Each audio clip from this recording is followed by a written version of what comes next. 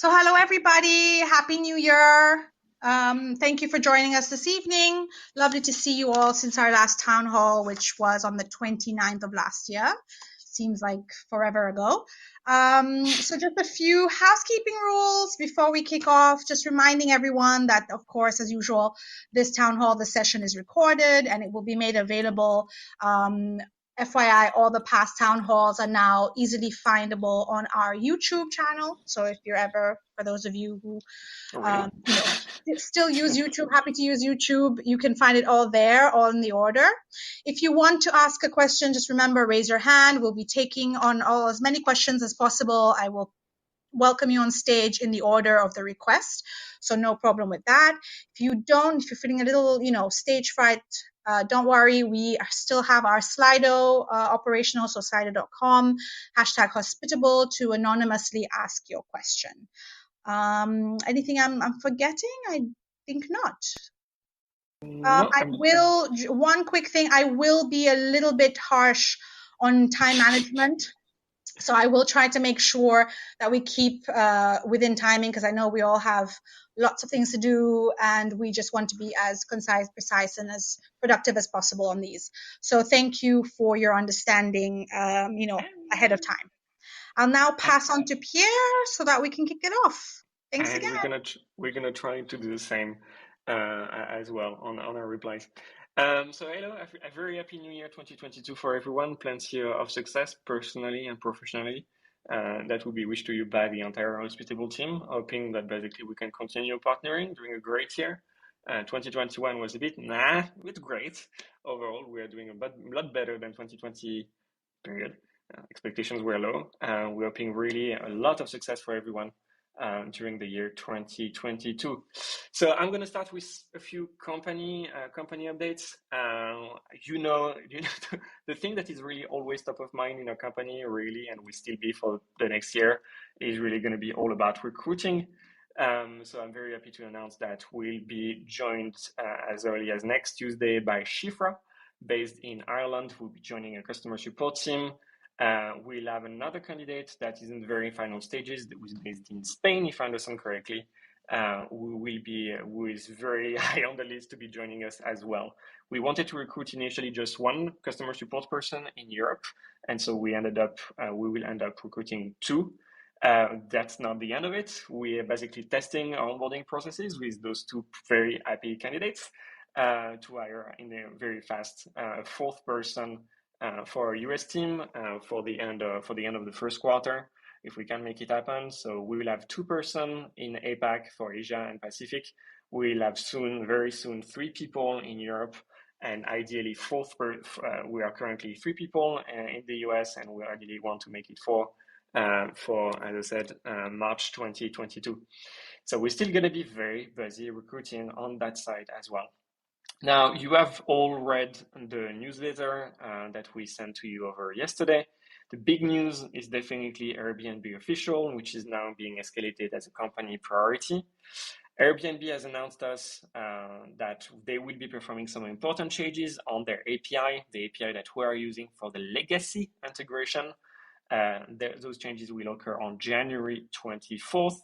And unfortunately, they will be pretty severe, that basically, unless their accounts are migrating over to our new, not really so new because it's been 6 months, but to our official Airbnb integration, if the users that have not migrated will basically be experiencing issues, will not be able to receive new messages, will not be able to receive new threads and update new threads, updating your reservations as well.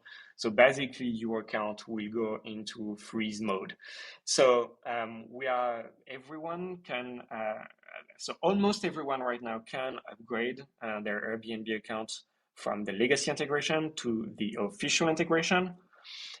So that basically you can enjoy also all the benefits of this official integration, which on top of additional support from Airbnb will also include a real-time messaging ability. So as soon as a message from the guest is received, it will appear on your inbox, whereas we needed to wait quite a few minutes to basically see those messages reflected on your Hospitable inbox on Airbnb legacy. And we've been working for the past 6 months again on making sure that this is reliable.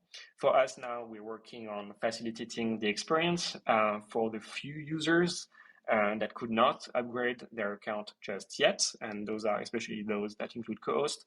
We're working on a few items to ensure that their experience is going to be smooth, and we'll be inviting them as early as next week so that they can invite everyone that's needed to have the benefits as well of that integration. So I'm happy to open the stage later to everyone that has questions about this Airbnb official integration. It is something that we hold quite dear. We've been working behind the scenes up until July 2021 on that integration with the Airbnb team for the Airbnb team for about 2 years to have something that's really specific and very unique to the needs of what we perceive our users. So yeah, we want to open the line to ensure that we are all aligned on making sure that this is happening and without any issue to anyone. It's also, so the third point that we have, that I have is really about the company. So we're making a lot of money and it's great.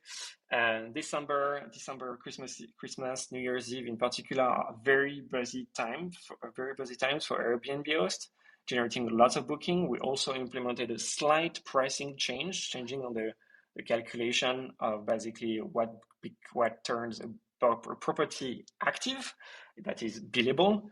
And I think we're basically going to be on track to show between 6 and 8% of growth for our monthly recurring revenue for this current month, which means more resources to put into our product and to our team. So that's always going to be paid back to the customer. We also have secured a few more investments from customers. So $180,000 have been raised from customers so far. We announced it in the beginning of September. So I want to thank Derek Jones, Marty Muscatello, and Dustin Jones, who have joined our total of 28 investors and customers so far. And if you have not heard about it, you're still early. We have $47,000 signed and waiting to be executed in the upcoming days. If you are still curious about it, you can join us, if you have not done so already, on invest.hospitable.com. That's invest.hospitable.com. And yeah, you can follow up and ask any question you would like to have about this investment piece as well. So yeah, I think I can let it to Matthew. Happy New Year, Matthew. How are you doing? I'm doing well. Thanks so much for the Happy New Year wishes. It's always a good one. Like, when do you stop wishing people Happy New Year? Do you just do it? We'll go for the next couple months, right? First time I talk to you. Doing all right. It's been a long Wednesday, but always looking forward to these town halls and getting to share some good info with you and speak to some hosts. Always makes my day. So to get started, just to let you know, we like to share our NPS. It's something that we pay attention to here regularly. Our Net Promoter Score. What do our hosts think about us? Or would they promote us to their colleagues, to their friends, to their people in their network? Since the last time we've met, we have about a 60 NPS. And for those of you that aren't familiar, anything over 50 is excellent. I believe over 65 is world-class, or around 70 is listed as world-class. It is something that, like I mentioned, we constantly pay attention to, making sure that we're listening to those comments. It's a quick, easy way for our hosts, if we do offer, hey, go ahead and give us that NPS rating, a quick and easy way for you to share a comment with us that's going to be noted.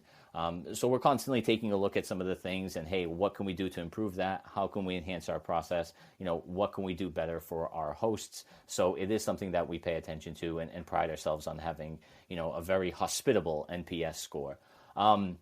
So with customer growth, as Pierre mentioned, things are moving along. We continue to see that upward trend, adding new customers at a great rate. And the other thing that we're seeing as well is not only the number of trials are hovering about, those record highs, but we're seeing conversion rates from free trial to paid subscribers. Those are looking higher and higher. We're well above average, seeing some good, strong numbers, which we're really excited for here internally. As a bit of housekeeping, so we're looking to add another sales rep to the team as well. We have tons of interest coming in, a lot of inbound. So we want to make sure to give each of those hosts, the attention that they deserve. So we're going to be adding someone over in the Americas, ideally. So if you know someone, send them our way. Or go ahead and apply yourself. You can go to Angel List. That's where we list all of our jobs. That's where we have all of our openings. We'd be happy to review your application. I got a couple hosts that actually emailed me last night, so that's pretty exciting. And we are using the Clubhouse for recruiting because the current other member of the team, Vera, in the sales team, joined because she listened to one of those town halls. So, it works. So we're definitely going to promote it here. No, absolutely. That's a great nugget. I did forget about that. How could I forget where we got Vera from? We absolutely love Vera. Hey, Vera, how are you? So just so you know, I also wanted to share some of the things that we're hearing and having those discussions about. One thing that's interesting, it's not something that's come up very often, even with the big direct booking push that we've seen over the past year and a half, 2 years even. But the insurance is something a lot of hosts are getting interested in asking us about.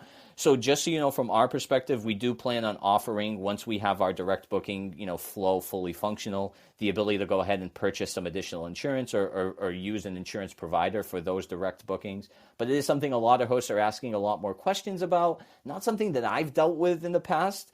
There are some great providers out there like Safely, InsureGuest, Superhog, that provide those services that can help you. But yeah, not something that's been so hot button as it's been in the past couple weeks. And then the other thing that thanks Vera for sharing both of these with us. But the other thing that we're seeing, which is interesting, is there's a lot more interest in our services for people who are not on Airbnb or any of those main channels. Some people who are just taking direct bookings or using, those really small scale channels that we're seeing. So we've seen that from time to time, people who aren't utilizing Airbnb. But, recently, I know I've had a couple discussions, and I know Vera's had a few more with hosts who aren't on Airbnb, who are generating business all entirely on their own. So for those of you interested in direct bookings, where there is a will, there's a way. So just keep that in mind. The other thing that, we wanted to share, I know we mentioned this. Did we mention this last time? I don't know if it had happened yet, but we do have a couple. We did. So we did have a couple team members located down in the Philippines. They suffered massive destruction, to some of their homes, to their communities. They're safe, they're healthy, they've joined our team, they've come back. But we created a Gofundme campaign that you should possibly have seen by now on our social channels. If not, it's going to be sent out here in the very, very near future.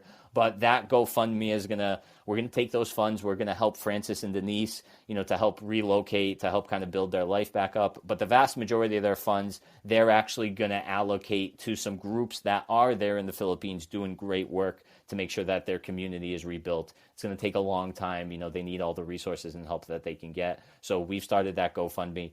Pay attention to our social channels. And that's something, as you can see, we've added right there on the town hall. So if you've had the pleasure of, chatting with Denise and Francis, you want to lend some support, we'd greatly appreciate that. Anything we can do to help them. They're absolutely wonderful. Even with all this going around them, they wanted to make sure that they had coverage, that their hosts were taken care of, which just speaks volumes to who they are. And they've done amazing things to help out their community in any way that they can, just to help out with what's going on down there. Matthew, let's have Hospitable match up until, I don't know, $5,000. That's where we're. So if you basically double the amount, if basically we can do that, obviously that is really stretching your own donation to charities that will be picked by Frances and Denise, that are most efficient on the ground to be rebuilding their communities. And obviously, those are the Philippines. You may be familiar with the state of economy, the economics right there. $1 is really stretching quite far. So I think that will really provide a fantastic impact on the community out there. So okay, Hospitable will match. Let's start with $5,000 as we invest from there. Come on, guys. Thank you. That's great. Yeah, I'll go and I'll make sure to add that. I'll add that in the GoFundMe sharing section so people understand what we're going to be doing there. But that's amazing. Yeah, I completely agree. Anything we can do to help. So like I said, pay attention to those social channels. It was also in the product update that we sent last night. So some of the updates that we had down below, feel free to go ahead, take a look at those and donate, help us out, help Francis and Denise and their community to rebuild. And then the other thing that I want to mention too, with that down there at the bottom was also a customer survey. So I had mentioned this a couple of weeks back that we want to hear from our hosts. We want to highlight their stories. One of the marketing initiatives that I really want to see us take up is sharing those stories. I know hosts love to listen to other hosts, see some of the trials and tribulations they've gone through, right? What has worked for them? What has worked for them in these specific areas? So one of our marketing groups has sent out a survey as well last night in that product newsletter. We'll be sharing those in the near future as well. We want to hear from you. We want to hear your stories. If you're interested in telling us and sharing some of those stories with us, we do have some topics that we're going to be covering with these blog posts, these articles that we're creating in the near future. And any information you could share would be absolutely beneficial. Would be helpful we appreciate it, but I'm sure hosts are going to appreciate it. And being able to share that story, being able to see some of the successes, even more so some of the failures that you may have gone through and figuring some of these processes out. So that customer survey, we'll make sure that we share it and get a bit more visibility. And you can always feel free to reach out to us, and we'd be happy to share that with you if you want us to throw some quotes in there or be able to kind of share your story, highlight some of those things to help the greater host community that I know the vast majority of us love to help out. And with all that said, feel free. You can always email me anytime, Matthew@hospitable.com. Nice and easy for you. Shoot me a message. Any feedback, anything you want to talk about regarding Hospitable, any way that we can help, in my position overseeing sales, customer support, and success. Always interested in hearing from our hosts or our potential hosts or just those hosts in the community. So once again, Matthew@hospitable.com. I'd love to hear from you. And that's all that you have from me for today. Thank you, Matthew. Drink some water. I'm going to switch onto the last segment, onto product updates. What's new is happening. Now, first thing, smart locks. Okay, I know there's already, I'm seeing Slido, and I do see that we already have plenty of questions. So the Schlage on code integration is going well. We just had a meeting with the Schlage, I would say the Schlage integration team, but other people may know them under Untitled. So it seems that basically we're a bit concerned about one specific problem where codes were rejected. I think they need to investigate that, but I do believe that it's basically should not be a blocker for opening smart locks to and Schlage on code integration in particular to everyone that is interested for it at this point in time. I think we've been going through as much testing, and I think now is no longer the point to be prudent. I think the past customers that have been able to connect have been spending some time to actually thank us for the quality of the integration and the fact that everything was working as expected, and providing us feedback, obviously, with plenty of feature requests as to how we can improve that. So no problem about that. I think we can expect if you want to have access already today to the Schlage and code integration, you can request that directly to our support team. I see Alisa and Zach are currently in the room, so they basically would be able to add you to the audience to have an early access to Schlage, to the Schlage on code integration. We will be releasing that, I believe, to the public very quickly after a quick chat with the team. Doesn't mean that there are no problems. What it means is that if there are problems, they actually are not something that is particularly impacting the relationship with your guests or the reliability of the service in general. It's something that will be a true blocker. You will not be able to do anything, and the Schlage team is already working on those issues for us. What the team has been working on, as I've been sharing on the past tunnels, the winter season, Christmas and New Year's Eve are basically dedicated to engineering projects, engineering consolidations, fixing a few issues that honestly we could not do at any other time in the year. Even though we do have a busy roadmap, it can be accelerated by the fact that we don't have to maintain, let's just say, some shitty piece of code that every engineer in the team knows about and are basically draining our state of resources. So you don't know anything about it, but we have already moved to Laravel 8. That's great because there's going to be Laravel 9 coming soon. We moved a lot of our infrastructure over to Kubernetes, and we're working on basically removing a very infamous piece of our infrastructure and workload. You would not be noticing a thing. Those are basically have been battle tested for a long time, and we basically will be moving over to PHP 8, hopefully by I think tomorrow morning, first thing European time. So that basically we're gaining. We expect some gain in performance, some gain in reliability for the service. So that's something that actually get the engineering team to be pretty excited about. Even though that's not a new feature that you can see on your product, that's still something that allows us to ship product faster because we don't have the time to spend on maintaining them. And the last thing is basically Ben has been working for the past 2 weeks on redesigning the direct front-end experience. So what you see on your application and the user interface. The user interface that you've been seeing so far has been relatively early, built progressively while we were discovering what we actually wanted to achieve. Now we want to basically go pro, as well as there are other development that are needed for Direct itself. And that basically means that we want to basically rebuild things to a nicer and more sustainable experience. So what it means is that basically ensuring that now we know exactly what we're going to be doing, widgets, direct booking websites, and a different offering, whether you want to process everything on your own or you want to basically delegate some of the trust and compliance piece directly to us. We'll be basically differentiating the experience of direct accordingly. So that's something that we are working on, and you'll be seeing some updates on that. Hopefully by the next annual. I think that's maybe a bit early because there are a lot of moving pieces that going around that, and obviously we do want to still develop everything in relation with direct. So that means templates, that means the prices, that means all those things.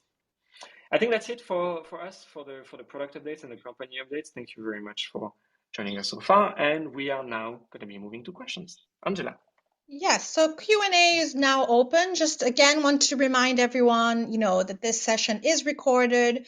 So, if you want to submit your question anonymously, we have the slido.com #hospitable, or you are free to raise your hand and I will invite you to the stage. I think we already have John. Hi, John. Hello, Happy New Year. Happy New Year. I'm back. Hey, John. It was very good, quiet with the family. We're usually like traveling or going on ski trips, so it was really nice to just have a very quiet time at home. So we enjoyed that. How was yours? Exciting? Yeah. No time off, unfortunately, for us at this point in time. How can we help you? So as you were talking about the Schlage integration, I think you guys are very in a unique position where you might be able to execute something that I don't think any other PMS is capable of. So the codes, like you said, sometimes the codes don't encode in Schlage, and I've run into that. Would Hospitable be able to detect a question during check-in time when someone says the lock is not working, and then having a backup code that's already that's in Schlage, so that Hospitable then says, okay, if your code is not working, can you try this code, so that at least they can get in, and then on the back end, the property managers can take care of everything else. But anyway, it's just something that, go ahead. Yes. Let's do that. That's fun. It's always fun to basically go through those new questions. I think for us, what we will be doing definitely, and we can do that by the end of the week, is just basically detecting the smart lock related question that probably would start with a very small sample of questions that can be detected.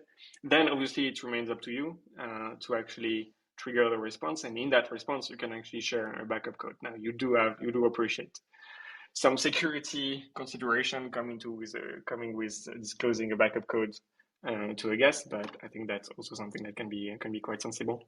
But there is obviously no technical problem or challenge about executing that piece in particular. Yeah, I think that would make lock, the automation of the lock much more user-friendly, because again, there are always going to be issues one way or another, and having something in there would be great. Anyway, so code is not working. I mean, obviously, to be clear, first thing, we want to make sure that those codes are being encoded, as you were saying, properly on the device. But it seems like I'm a bit surprised as to basically the level of complexity that is in relation with that part. Even when we request that code to be created, and the fact that it still can be rejected. And apparently, that working theory at this point in time is that there are air quote special characters in the name, for example, that prevent the code from being created. And just, the name is John Ann. There is nothing else. So we're a bit concerned about that, but that's okay. So thank you very much, John, for this suggestion. I will see what I can do myself, tonight in Europe or by the end of the week. Way to fire them up. And I can see like how powerful that would be too with like the staying functionality. So when they're staying, that's when we'll send the backup code. Or before check-in, just being able to say, hey, we're going to send you the code the morning of check-in, and eliminating that question, because I'm sure no host has ever got that question. So when am I getting my door code? Awesome. Thanks, John. All right. Thank you, guys. Just a quick thing before we take on Mike. Mike, if you don't mind, since there are questions, we were on the topic of the Schlage locks. Looking at Slido, we have 2 questions that are related. So one from Richard and anonymous, asking if there are any plans for other lock integrations. Richard says, I use Yale. Yale is definitely one of those, similar with August. Richard, I replied on that on last week. Last time, that's okay. The question is really as to justifying that the company that we're using for those integration can actually have access to an integration that facilitates the creation of PIN codes. When that's the case, we basically be very happy to release Yale. Yale and August will be tied. It's the same company behind the scenes. And we had another question on Nest Lock. Yeah. Exactly. Checking on Nest Lock integration. How's the process going? Again, anonymous. So I think Nest is Nest plus Yale lock. So that's again going to be exactly the same question. Actually about Nest and August. Nest. So Nest plus Yale. August is the same company. We do have obviously plans of supporting more integrators. So currently the one that we're using is Untitled. Behind the scenes, you don't need to sign up to them. You don't need to pay to them. You connect directly to your Schlage account, and that's why it's really net plus ultra in terms of. I'm sorry, that's a French expression. That's top quality in terms of integration and removing all friction. What I think we want to have as objective for the team that is in charge of the smart locks integration is an integration with remote locks, ideally by the end of the quarter. So ideally, not the end of the quarter. So that basically we can offer more choices for remote locks customers, especially, if you already have an August or Yale lock, you could actually be using remote locks already and therefore connect your remote locks account to remove a little bit of complexity. And obviously once we can switch to a native support, that may be great for you unless you're happy obviously with sticking with remote locks. There are also other locks vendors that we may consider also for direct integration, but we want to avoid that. We want to work with integrators first for that piece. It doesn't mean that you need to pay another service. What it means simply that we don't need to maintain those integrations ourselves. So for now, what's really on the roadmap, I know for the integrator that we're using, it's Nest plus Yale. Yale and August locks are really top priority. For us, we will be extending the scope of integration with remote locks by the end of the quarter, ideally. Great. I think that answers that question. We have Mike with us. Mike, thank you so much for being so polite and waiting your turn. Please, the stage is yours. Can you guys hear me okay? Hello, Mike. Yes, we can hear you. Perfect. Fantastic. Yeah, my question was when is August going to be set up from an automation perspective? I don't know if I actually heard the answer. Was it this quarter or? No, Yale is basically there are a lot of moving pieces. And that's something that, in my experience, only an integrator that represents several companies can actually get access to. So that's honestly, which device are you using again? Yeah, I'm using August smart locks, the deadbolts. Yep. Okay, perfect. What are you using today to integrate those with nothing? I Nothing. manually update the codes, and then I send out a backup code as well in case I forget. Okay.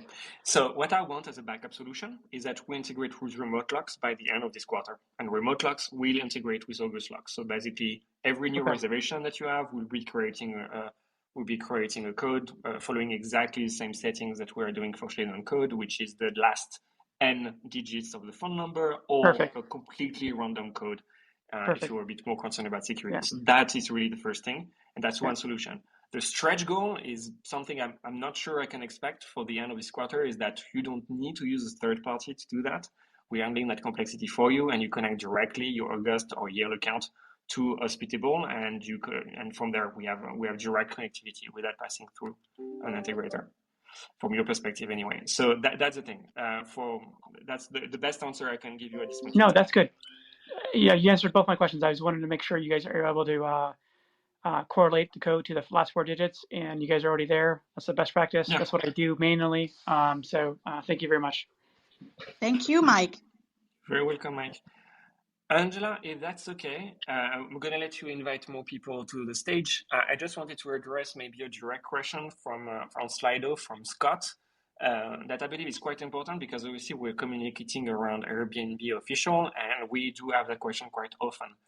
So Scott is asking, how can we tell if we're on the updated Airbnb integration if we do not see the update button?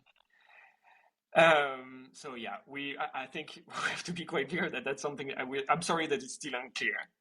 The best way to know if your Airbnb account is on the Airbnb legacy or Airbnb official is whether you have your email address.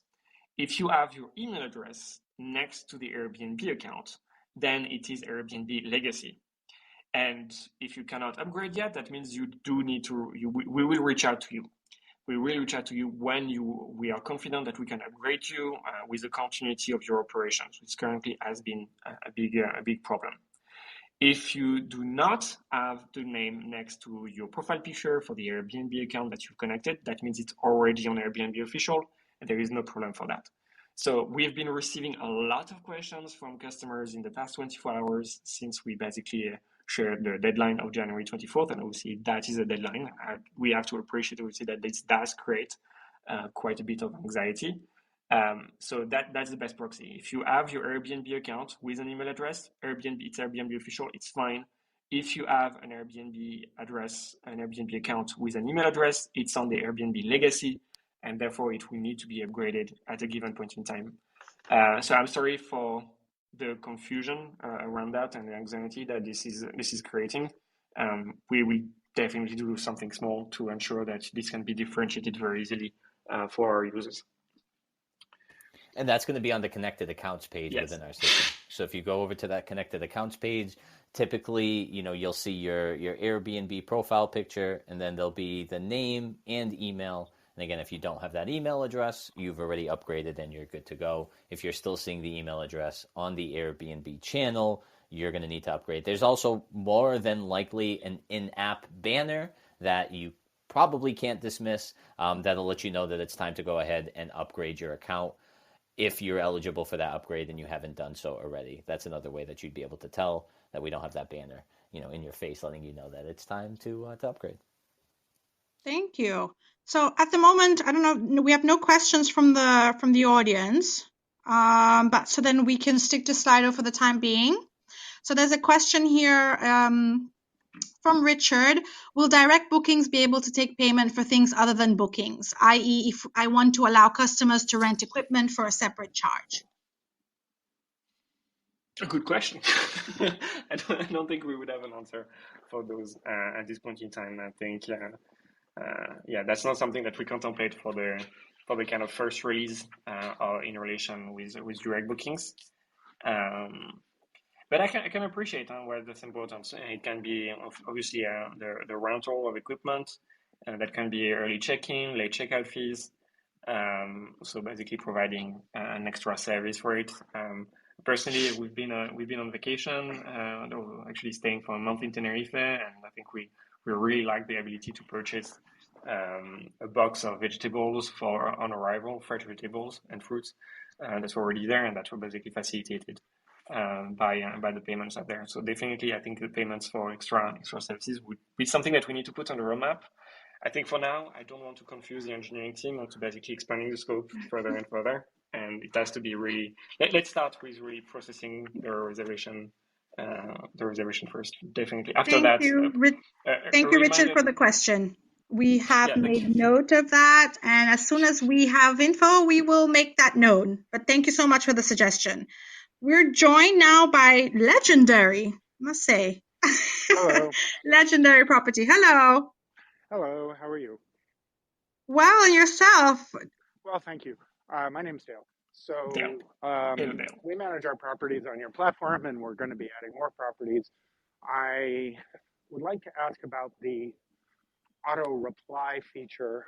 You've done all the heavy lifting. Like if someone sends a message that contains Wi-Fi, it can automatically respond with the Wi-Fi info, for example. But we find that template responses are as likely to create a new problem or confusion as they are to accurately resolve one.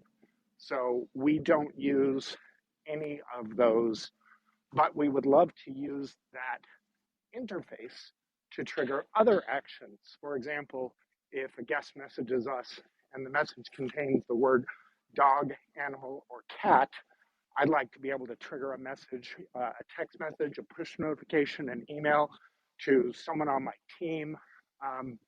We need to let housekeeping know whenever there are animals, things like that. Is that possible in the interface, or might you consider implementing it? Because you've done all the front end heavy lifting, and it would be nice to be able to trigger other actions on the back end of that interface than just a template reply, which doesn't really work for us.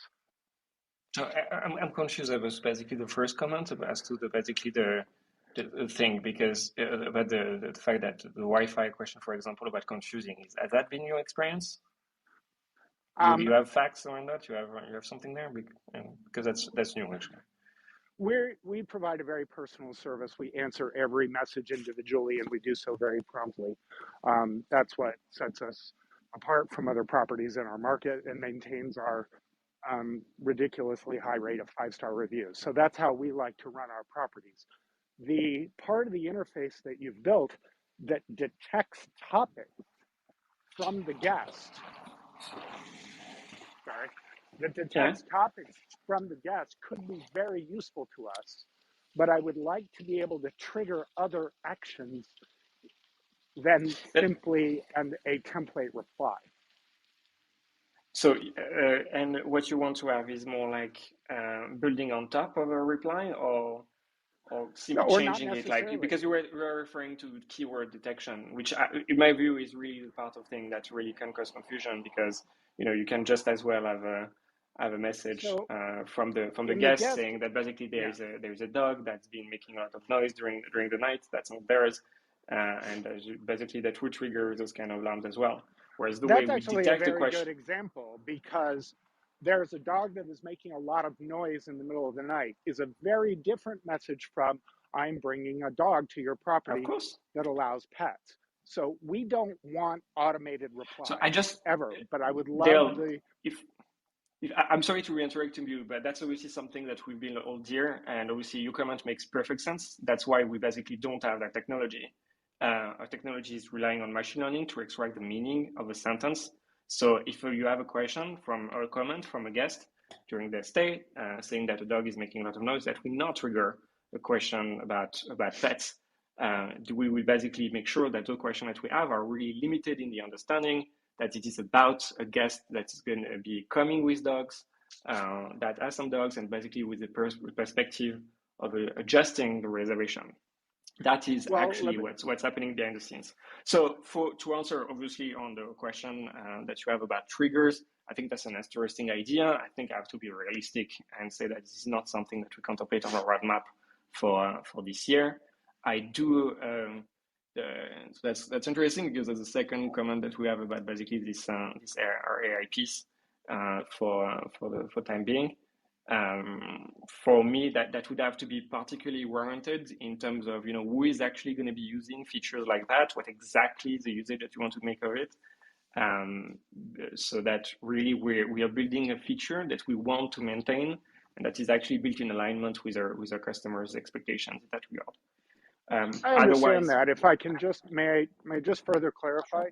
So in the guest operations, there are a variety of events that can trigger a variety of actions.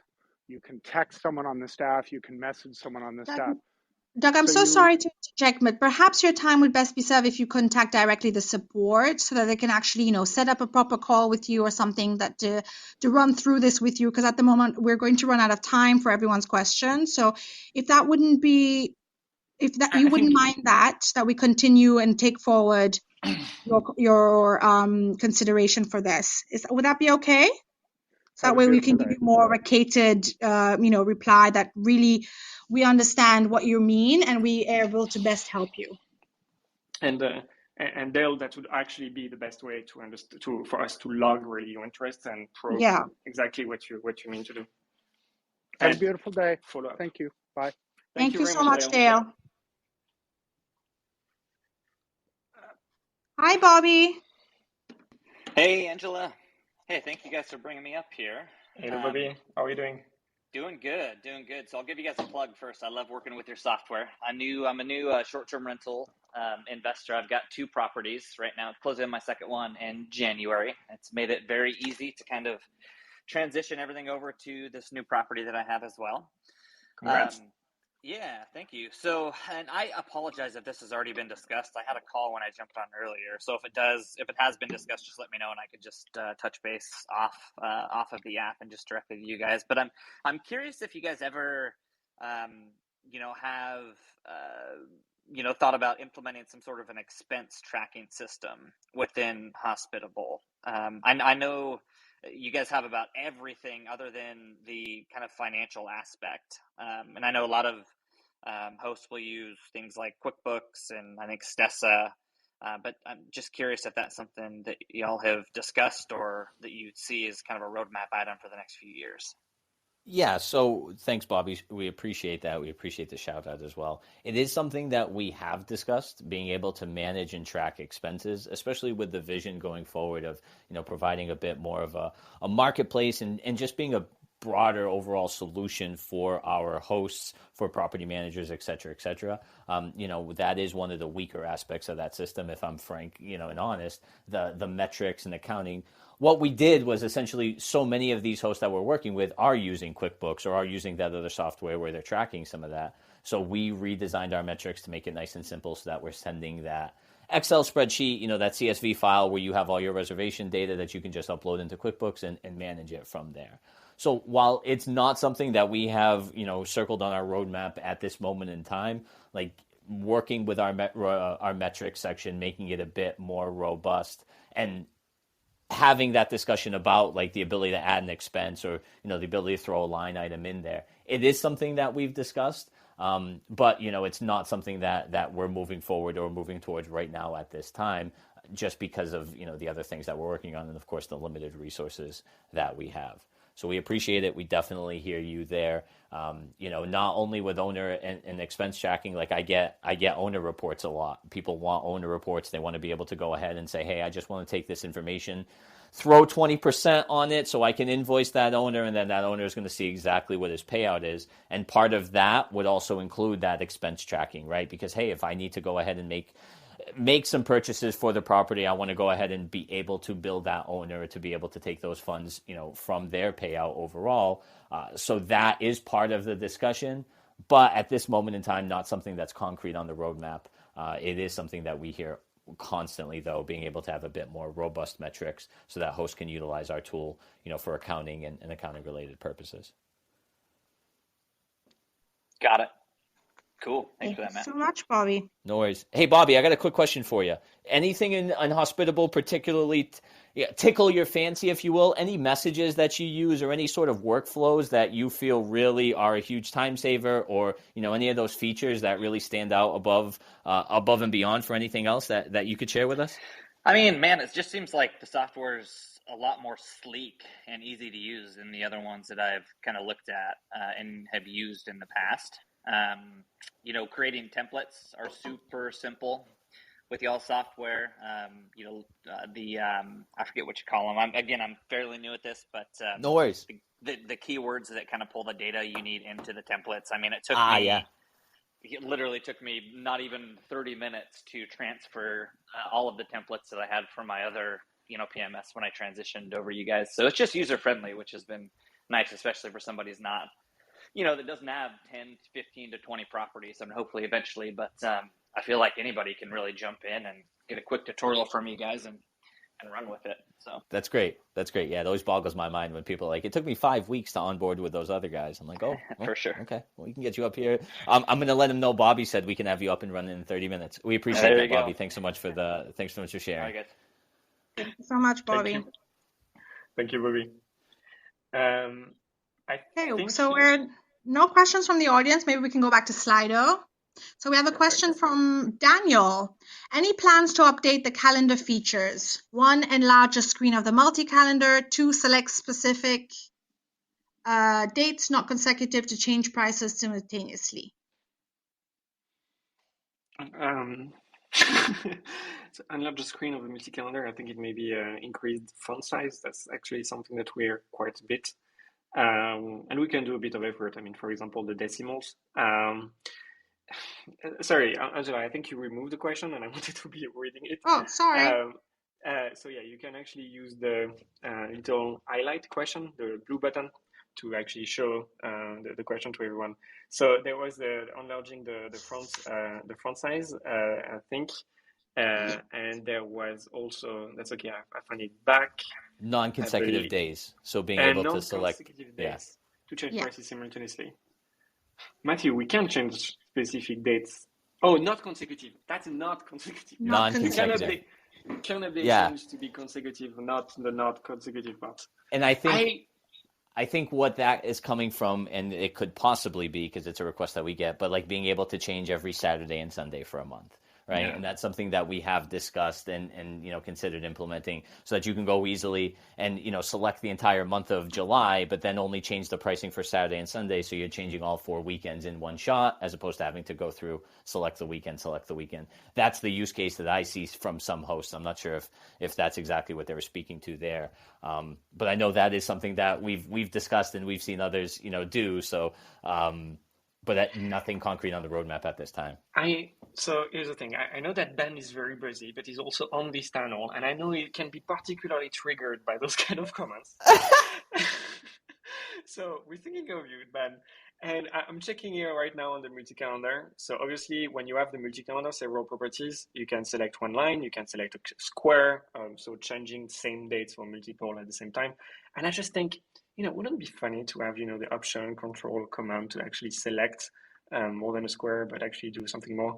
And I know that Ben is using something a bit custom, to achieve what we would like. I'm just curious what Ben could do as maybe a Friday afternoon project to actually allow these non-consecutive dates.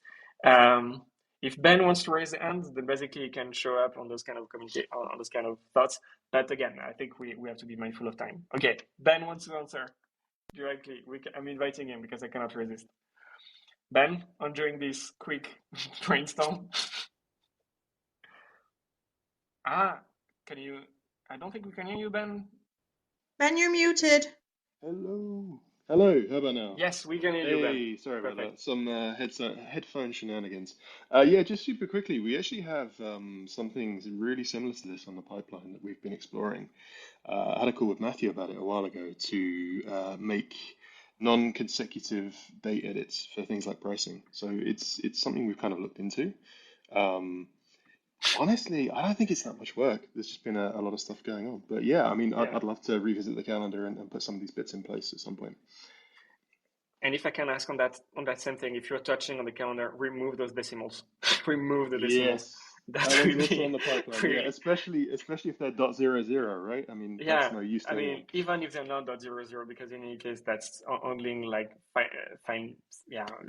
minute details that actually are not going to be understood by Airbnb or Vrbo in that regard. So they're really actually more likely to cause confusion about that. So thank you, Ben. You can look into that. Maybe some updates to have for the next by the next hour when you want to get distracted from the work that you're doing on direct. So you see, that's actually what's happening here. Awesome. Cheers. Thank you very much, Daniel, for the question. And I think we can definitely enlarge the font size just as well. Okay, just a reminder, that's on Slido, slido.com, #Hospitable. So yeah. Angela, Okay, what's the next we can question? take some more questions from Slido. When will some idea of pricing be available on new inquiries from Airbnb? The calendar page displays pricing. Can't this be used as an estimate for now? Yes. This is from Anonymous. So that's exactly the thinking that we're having internally. We believe that, however, the calendar rates that you have on a nightly basis are not sufficient to give you an estimate. You need to take into account all the fees that we need to retrieve, and there's been a lot of work that we're put into that already mid-December for it. As soon as basically we are over with PHP 8 and the technical upgrade work that we're doing, that's definitely going to be back on the roadmap. And what we want to have is really being able to calculate the rates for those inquiries organically, natively on our side, not asking Airbnb for it.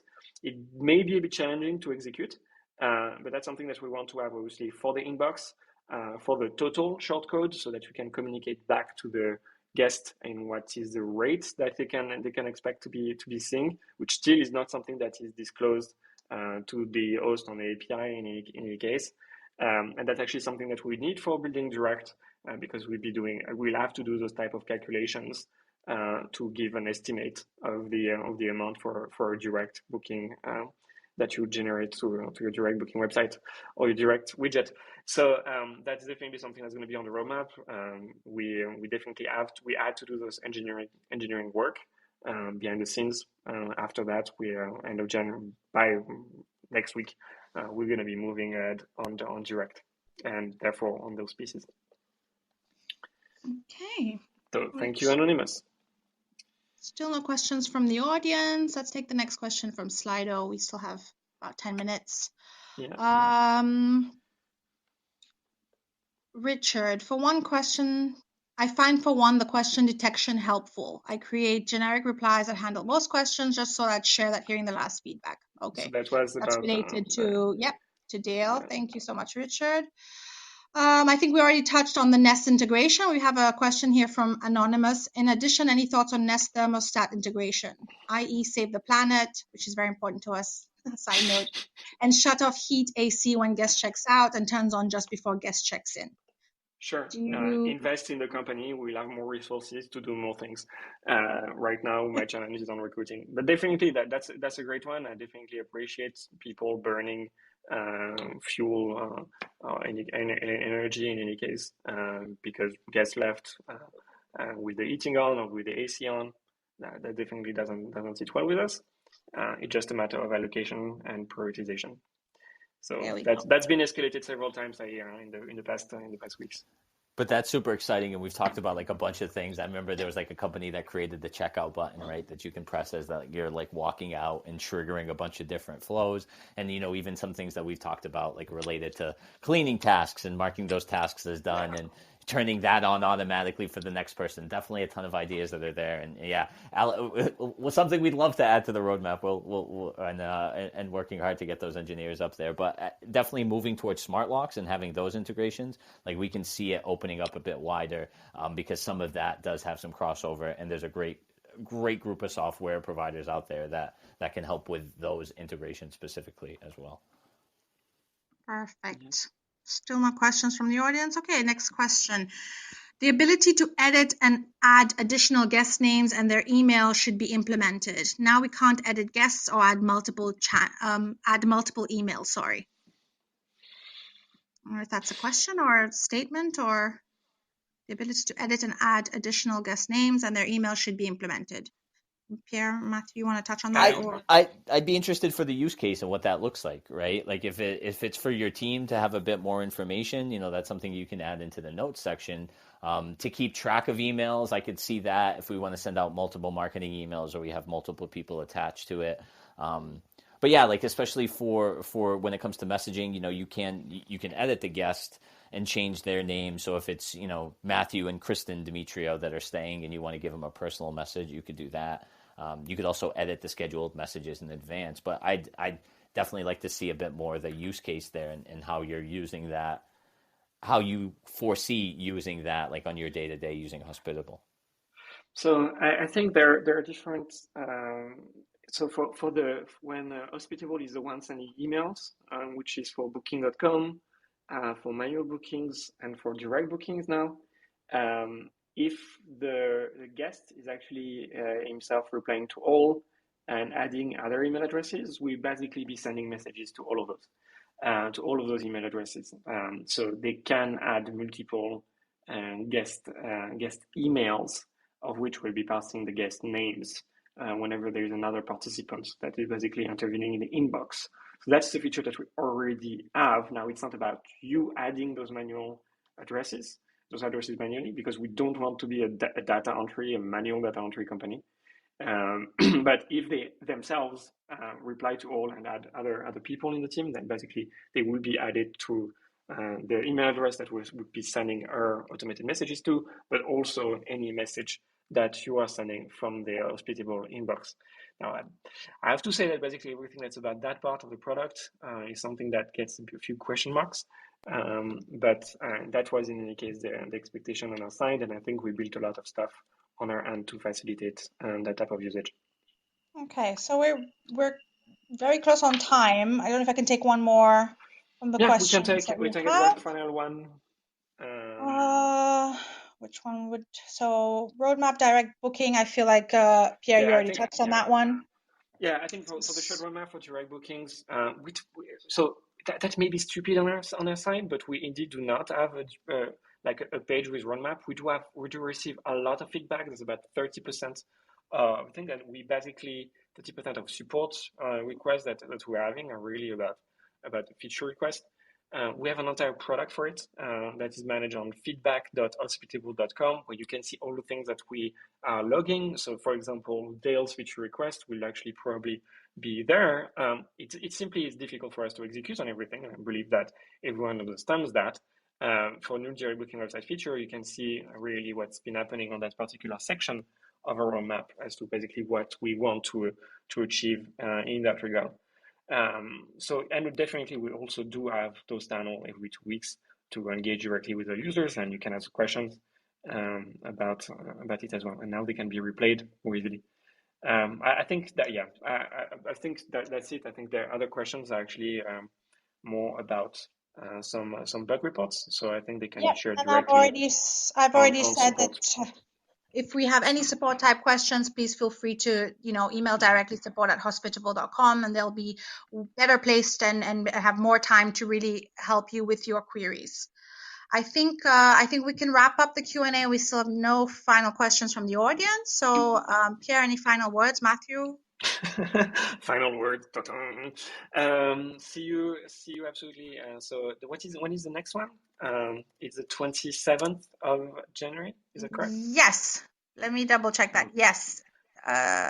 Not next week, not next Wednesday, the Wednesday after. 26th of January at 6 p.m. Central European Time, noon, I think it's Eastern. So yeah, thank you very much for attending. We hope that for next week we'll be having juicy updates on direct, on more ability to do payment processing, as we basically have finished some engineering items, and definitely I fully expect smart locks to have been released.